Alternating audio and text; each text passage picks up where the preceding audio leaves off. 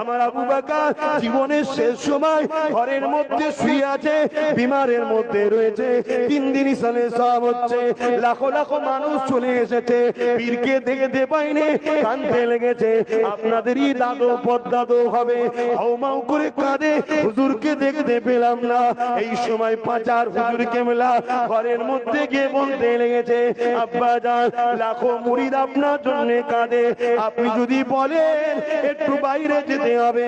দাদা হুজুর বলেছিলেন, বাবারা আমি আবু বকর উঠতে পারছি না বাবা, বিমার অসুস্থর জন্য বাবা, কি করে আমি যাব বাবা। মুরিদরা বলে, ওই সময় ছেলেরা বলেছিলেন, হুজুর দরজাটাকে কেটে আপনি শুয়ে থাকবেন তক্তপোষের উপরে, ওই তক্তপোষটাই চাগিয়ে বাইরে বার করব। দাদা হুজুর বললেন, ঠিক বলেছো বাবা। ওই অবস্থায় বার করা হলো। দরবারে যখন বার করে, বিশাল চিৎকার দিয়ে লাখো মানুষের চোখের পানি।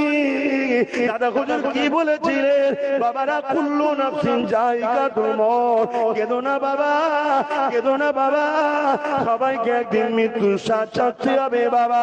আমি আবু বকর তোমাদের জন্য বাবা অনেক কিছু করে রেখে গেলাম। এই বাংলা শেরেক ভরা ছিল, তাকে আমি মুক্ত আল্লাহ করিয়েছে আমার দ্বারা। পীরের নামে জবাই করা হতো, আমি বন্ধ করেছি।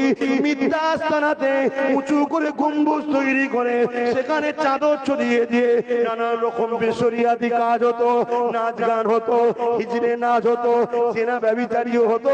আমি আবু বকরের দ্বারা আল্লাহ বন্ধ করিয়েছে বাবা।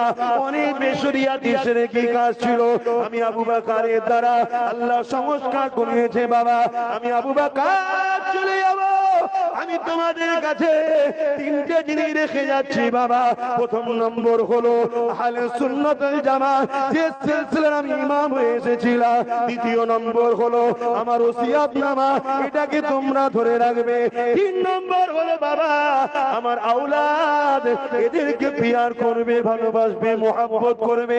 যদি আমার আওলাদের মধ্যে বাবা কাউকে দেখো শরিয়ত বিরোধী হয়ে গেছে, তার সমালোচনা করবে না, তার থেকে মুখটা ঘুরিয়ে নেবে, তার কাছে যাবে না, তাকে মানবে না।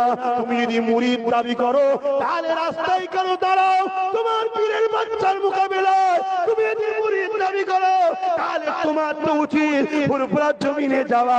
ভাইজান আপনি